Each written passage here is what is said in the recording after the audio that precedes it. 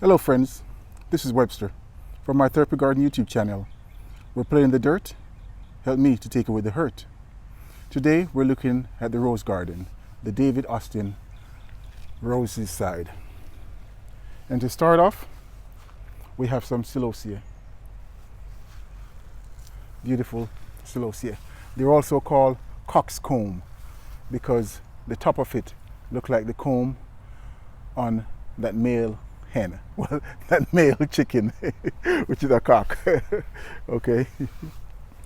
Then we have our Japanese maple, Waterfalls. It was so hot that most of the leaves just crinkle up and fall off. But the tree itself is not dying because you can see lots of new shoots and new leaves coming back. So hopefully these leaves will come back quickly so we can have that nice orange change, in fall. So I like to see the different changes of the leaves on the Japanese maple.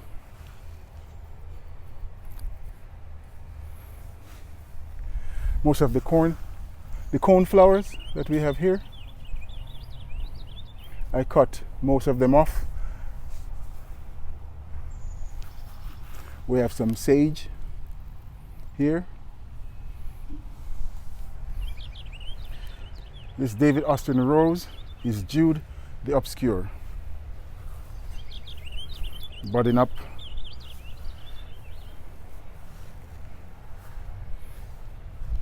And beside it, this white rose, Susan Williams Ellis. And we know that David Austin rose are very fragrant. And this pure white rose, Susan Williams Ellis, is very fragrant. With the wind blowing, you can actually smell the fragrance of this and other roses in the garden. We have some culinary sage and lavender. And you know that I like to plant herbs with my roses. The reason being that the herbs will attract the good bugs, like your ladybugs, which will eat the bad bugs, like the aphids, which are always on the roses. This beauty right here is called Baskerville. David Austin rose, Baskerville. Beautiful. More culinary sage. Then we have this Baptisia, falls indigo. This one flower is actually yellow and it's called goldfinch. Goldfinch. To make sure we always have winter interests or 4-season interests, so we'll have something in the winter. We have our evergreen. This is a Cryptomera japonica called Golden Promise. In the summertime it's mostly green with just the tips that are yellow, but as we enter into fall and into winter, most of it becomes yellow. So that will brighten up the garden space. This Japanese maple, Koto no Ito. Koto no Ito.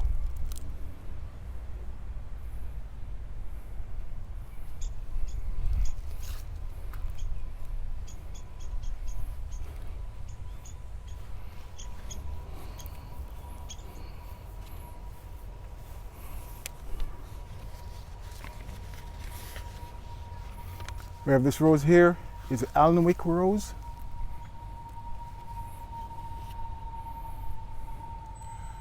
Which is that beautiful pink rose.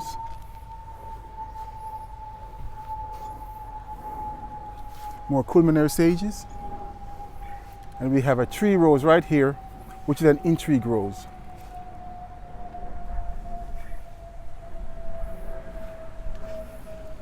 We have a beautiful coleus.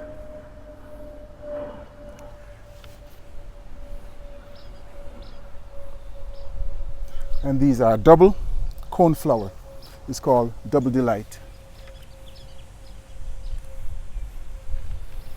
still have some flower on these.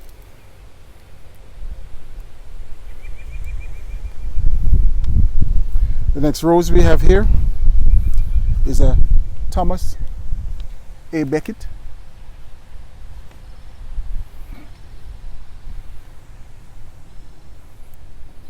No, sorry, this one is not. This is golden. This one is a Jubilee celebration. Jubilee celebration. The Thomas A. Becket is the next one beside it. This is a Thomas A. Becket, which is a darker pink, more of a reddish or scarlet color.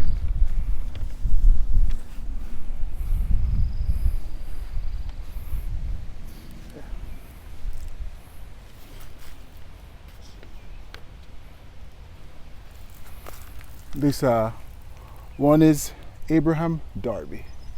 Let's see if I can get a close-up of it.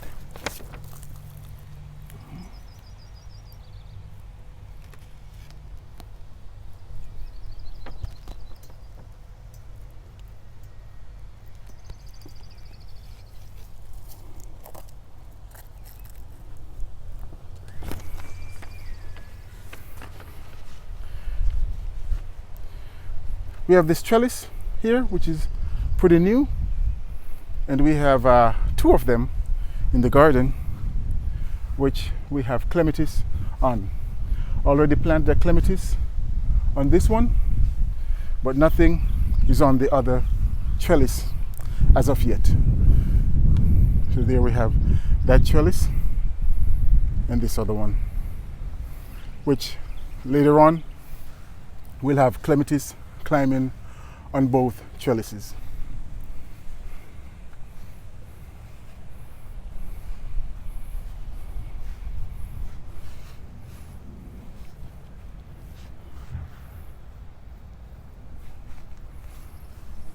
More Abraham Darby rose.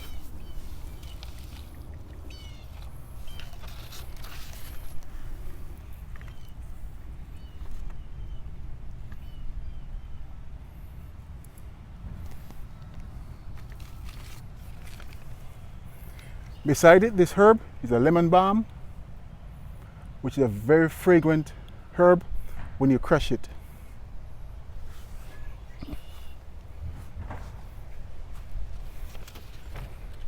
Climbing on this side, Bathsheba, a climbing David Austin rose, and with it, another clematis.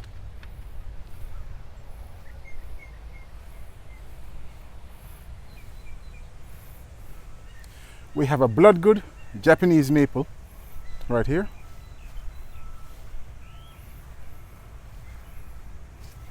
Again, bloodgood is one of those palmatum Japanese maple, which is red, but in fall going into winter it will take on even a deeper red, a blood red maple. That's the name, bloodgood. Because it's so windy, we have to brace it with these ribbons. And coleuses, surrounded by coleus. Beautiful leaf, and the texture of the leaf, very nice. More coleus surrounding my roses. So the roses just popping up the top of these coleus, and these are Moonlight in Paris Floribunda rose. Beautiful purple coleus. This David Austin rose, the poet's wife, which is a soft yellow rose.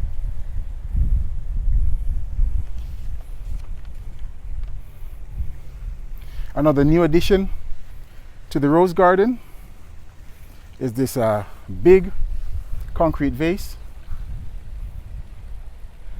which I put an evergreen, a conifer, so to speak, in it. This beautiful golden conifer.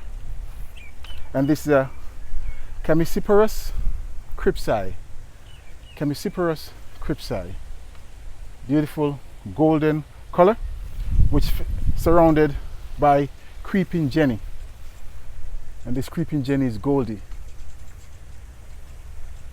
Fitting nice with the that yellow theme going on right here, where we have the poet's wife.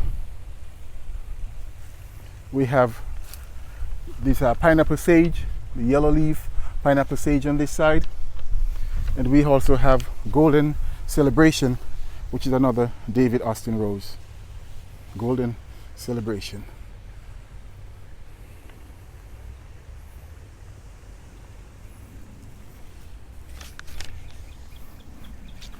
Now the darker green leaf pineapple sage and the red tubular flower is a magnet for hummingbirds. In the morning you come out in the garden, you'll hear the hummingbirds just zooming by. And in the evening, they'll come out also. And of course, the bumblebees also love it. We have a little rose here which is hiding. And this one is called Pretty Lady. Pretty Lady. And a redbud, a weeping redbud called Ruby Falls. In the spring to early summer, the leaves will be red. But as you can see, late summer, going into fall, it's more of a green. Then of course, they'll become yellow and fall off. So it's a deciduous plant. So in the winter time, there'll be no leaves. More coleus, and the last rose is called Blue Girl.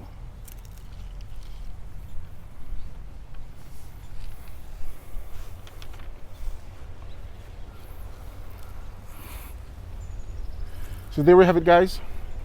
A look at the rose garden on the David Austin side. You can see the pineapple sage is very overpowering.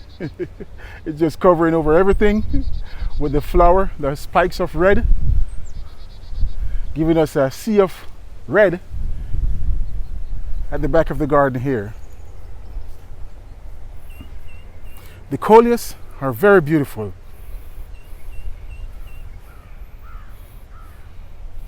And of course, the roses, as always, just doing their thing.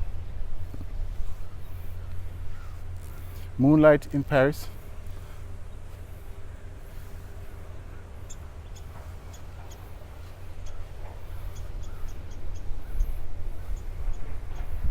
So that's a look at the David Austin side of the rose garden. You like this video? Please give it a thumbs up. If you're new to the channel, please subscribe. Hit the notification bell so you can be notified when new videos are posted. And of course, if you have questions or comments, please drop me a line down below. From My Therapy Garden, this is Webster. We're playing in the dirt. Help me to take away the hurt.